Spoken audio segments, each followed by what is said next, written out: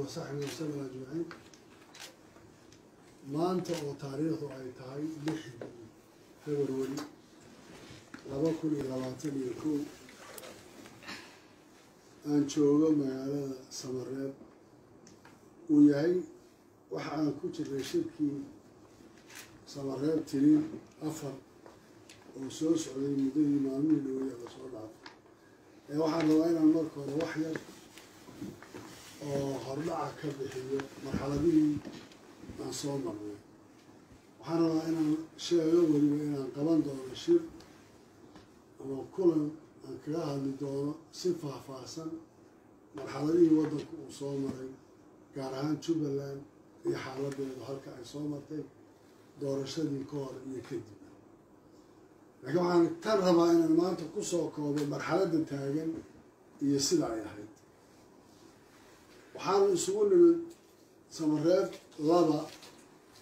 حواليها الجمهورية رجال الوزارية هنا إيو مدحنا الدولة الدولية إيو قول كبنادر وحا كذا هذا اللي وحايا هاي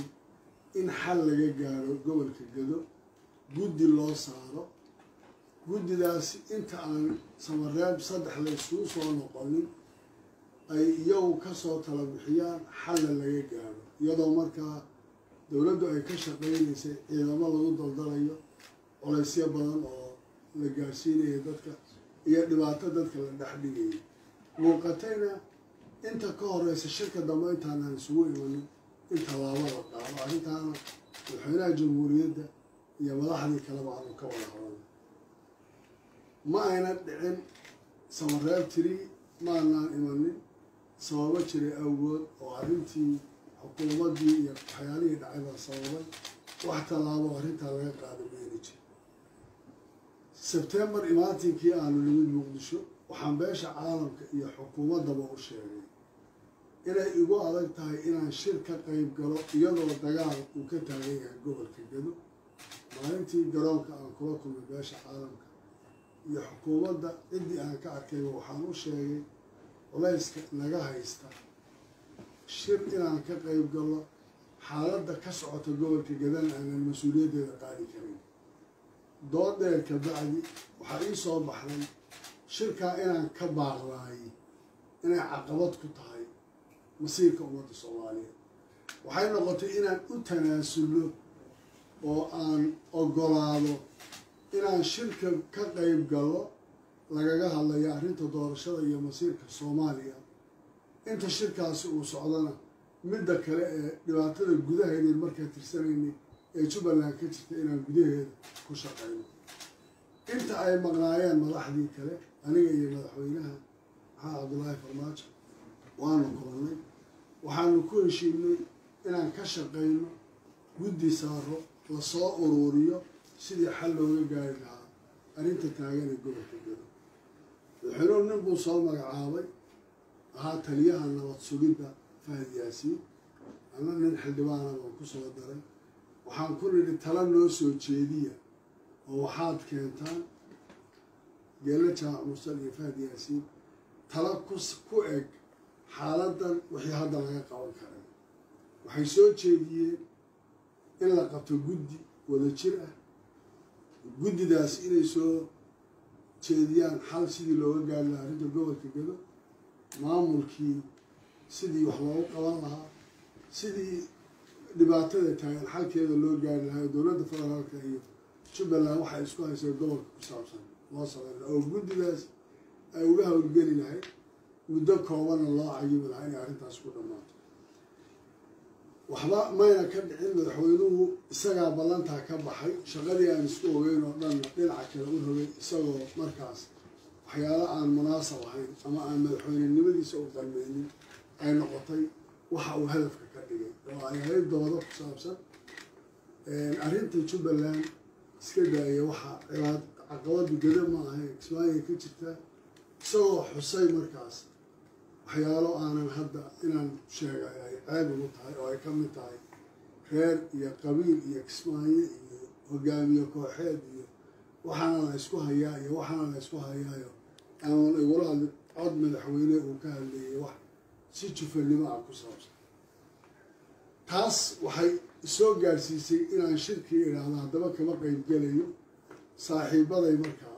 markii hore madaxweynaha puntland baa nagula jiray dibheshiisiinta iyo negotiationka aniga madaxweynaha naga dhexeeyay madaxweyne qoorqoor cabdicasiis waare iyo cumar finish yaa waxay qaateen marka waliba saddexda madaxweyneha kale intii hore idinkaa qoys u wada shirayo isla socday waxaan rabnaa inaad shirkana nala dhammayso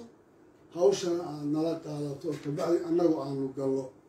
waxaan kudhi iga daayay arrintaasi way adag tahay ninkaana nin u socdo maaha waxaa dhacday markaa inaan sida ugu sharafta badan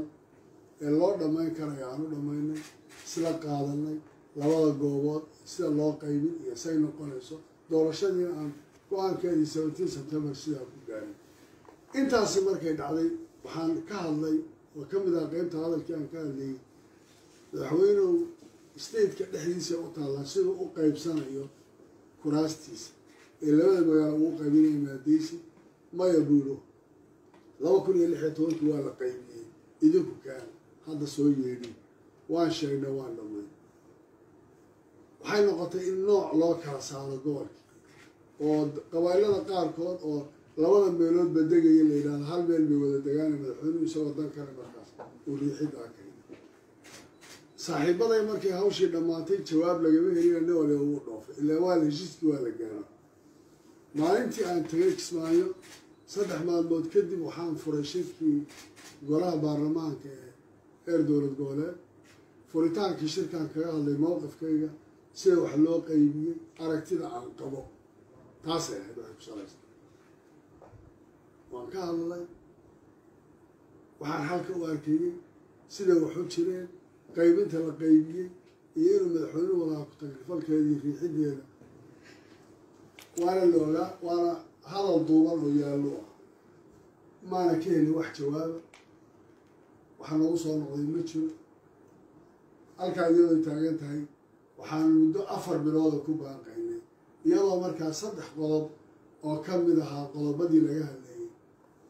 doodoodu soo noqotay oo ka mid ahayd guddiyadii la soo saaray oo laga cabanayay sharxiinta ay ka cabanayeen oo lalahaa waxaa ka buuxa nabad sugid iyo shaqaalo dowladeed oo ay ku jirtay in arrinta Somaliland iyo xalkeeda la helo oo ay ka mid ahayd arrinta gobolka Gado oo markaa ciidana lagu daabulayo caqabadaha ay jirtay waxaan marar badan meesha caalamkana u gudbinay dowladda Soomaaliyeedna kala hadlay waxa aan ka hadlaynaa waa ummad iyo masiirkeeda shir ha la isugu yimaado ha laga wada hadlo si loo hadliyo qodobadan aan ka hadlay intaas oo bilood lagama jiro waxaan rabaa inaan xidin xusuusiyo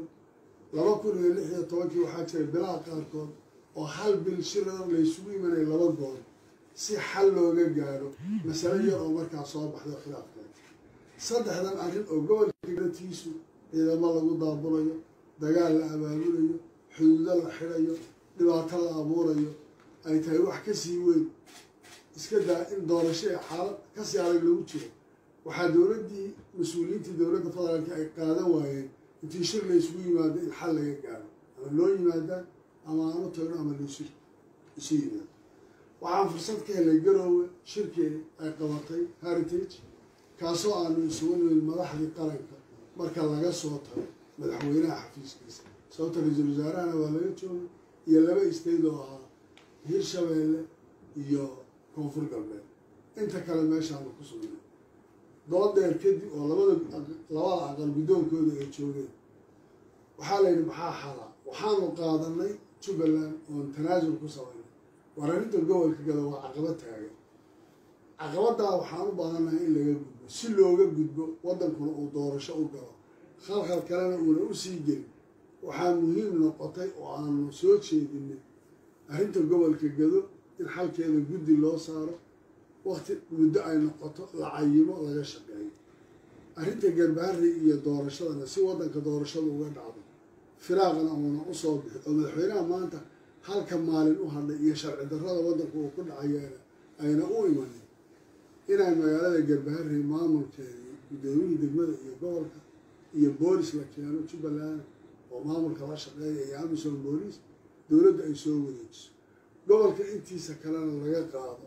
guddiyo iyo marxalado lagu gaarsiin karo dib u heshiisiin tallaabada la qaado oo dibashadaas weliba ay keenayso dadkii reer Gedo ee maamuladii ku jiray labada dhinac in la isku keeno la heshiisiiyo maamul ka kooban dadkii oo dhan iyadoo aanan odhanaynin hebel xaggan uu jiray iyo xaggan uu jiray inaan maamul isku dhafana u sameeyo ciidankana wixii dheeraadku ay markaas Gedo ama daawo meel kale banaanka looga keenay ama Jubbaland gudaheeda ha noqoto ama xamar iyo dowladda federaalka ha noqotee inaan labadaba intii laga celiyo dadkii ciidankii la iska hor keenay dowladdu ay dhibaatada u geysatay aan isu keeno la isku dhafo la walaaleeyo wixii dhexdooda laga ambaajino ka dacna sidaas maamulkii lagu soo celiyo iyadoo cid walba laga tixgelinayo Axmed Qoorqoor madaxweynaha galmudug arrintaasaan u soo diray oo aanu siinay kama hadlaya hadda jawaabihii soo baxay waxay ahaayeen kabacdi intaas waxaa dhacay iyadoo weli uu baaqi iyo hadalkii taagan yahay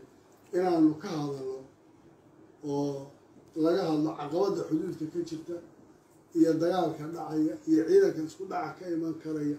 iyo ciidan inuu shabaab iyo u dhexeeyo ciidan kale oo cadow ciidankii la isaga dhigay inayna socon karayn si kontarool la-aana markaa inuu dagaal uga dhacay beled xaawo in ka badan 70 qof ay ku dhimatay in ka badan intaas laga qabtay kuwa dhaawaca lagu tuntay kuwa la dhaawac tiray laga dhigay inay yihiin wiilashii shalay dhufayska ku wada jiray nimankii jarmalkii iyo naazigii iyo dowladihii kale isbaasigii kale ku dagaalamaya dagaalkii labaad sidoodii oo kale in loola dhaqmo oo ciidankii Soomaaliyeed iyo dowladnimadii iyo waxay dowladdu sheegaysaa meesha ay ku baabaan intaasoo culays kadib oo sheegay oo loo arkay weliba lagu yiri ciidankani waa Kenya kuwana waxay difaacayaan xuduudii dalka Kenya oo Kenya waddan ku soo duushay waxaa aad su'aal cajiib ah loo qoslay in ka badan 700 kilomitir bay Kenya iyo Soomaaliya xuduud leeyihiin 5 kilomitir waa number aad kilomitir aad u yar in Kenya laga difaacayaa leeyahay xuduudka inta leeyna 42 goobood ay ku sugan yihiin ciidanka Kenya gudaha Soomaaliya in ku dhow 3800 askari ay ka joogaan xuduudka inta leeyahay kalena u bannaan yahay in la yiraahdo ciidankani wuxuu difaacayaa diyaaradaha maalin loogu soo daldalaya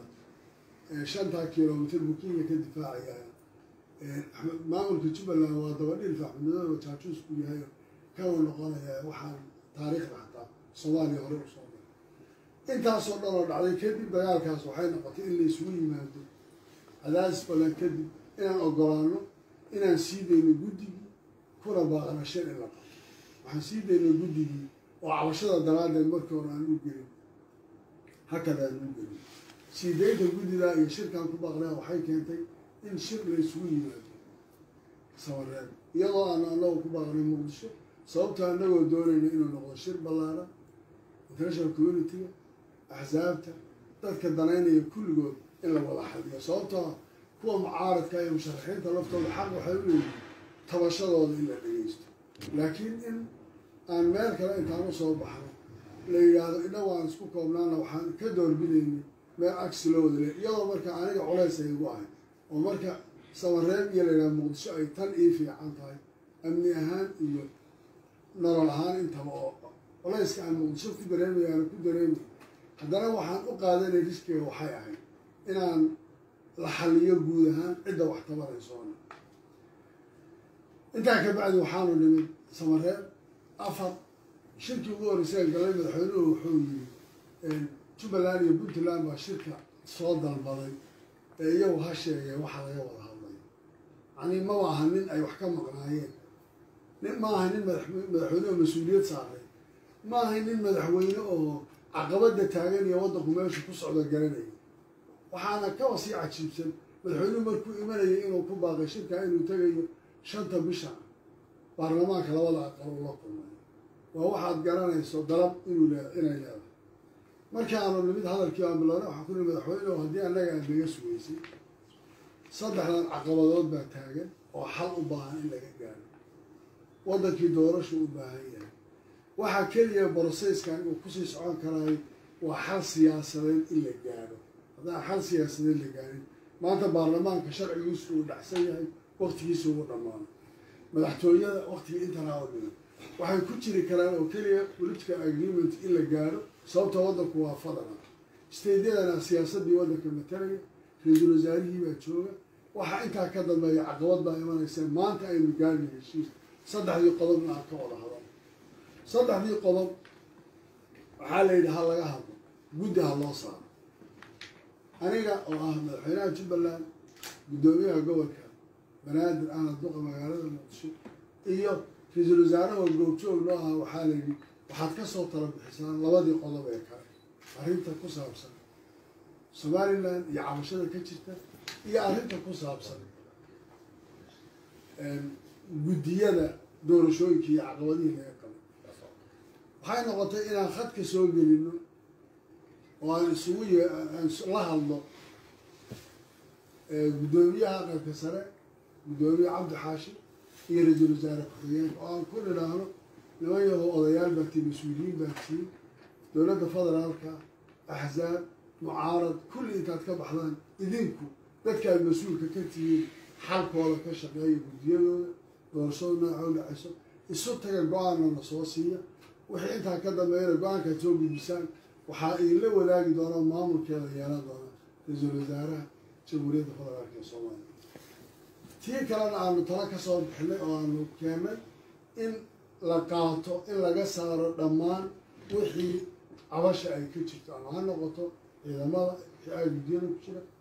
ama ha noqoto mataqaanaa shaqaalaha dowladda ee rayidka ah ama ha noqoto ciddii kale caqabadi tabasha ay ka jirto in laga saaro oo dad lagu qanci karayo ay noqdaan dadka la geynaya meesha ee guddiyada lagu leeyahay arrinta jubbaland waxaa loo xisaaray 4 madaxweyne puntland galmudug hirshabeelle iyo koonfur galbeed waxay soo jeediyeen qorshe ah in arrinta gedo guddi 4 dowladood ka kooban oo wasiiraha ay galaan laba laga kala dhigo guddidaasi muddo cayiman dib-u-heshiisiin gobolka gedo ay ka sameeyaan arrinta ku saabsan garbaharre iyo doorashadu meesha ka dhacaysana inaan maamulkii u dirno guddidiina la geeyo ciidan amsom booliisana la geeyo doorashadana sidaa ay kaga qabsoonto waxay yidhaahdeen markaa adigu tala dib ugu noqo guddidaadii iyo dadkii kula socday la tasho sidaa hadaya waayahay baan ku weli talaan soo gaarnay halkanaan nimid waxaan u imid mas-uuliyiintii kale oo guddiyada gobol ka mid yahay oo wasiiradii ka mid yihiin waxaan idhi arrintaana jirta maxaa xala in guddoomiyaha gobolka la iska daayo guddoomiyihii degmada la qaato ciidankii aan geyno oo amsom booliisa tagto guddigii loo diro sidaa la yiro intaas aan u gudbiyey saaxiibaday haddana intaan meesha joognaha shirar la galay doodo badan baa la soo celiyey shirar badan baa laysku noqnoqday mar walba markaa madaxweynuhu wuxuu ka hadlayay arrinta gobolka gedo jubbaland roolka yeelan karta wuxuu noqon karaa oo keliya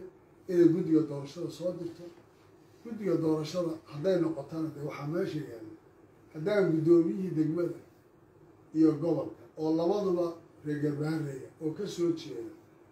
la yidhi haddii madaxweynuhu intuu abaabul sameeyey waa la dhagax tuurayaa lama ogola oo ma tegi karaan ma waxaan u diri karaa guddi doorasho oo soomaali ka kooban oo soomaali qabaa'il kala duwan oo laga yaabo reer garbaare inaan cidibo kaga jirin intaan u diro miyay noqon karaan inay iyagu ka shaqeeyaan oo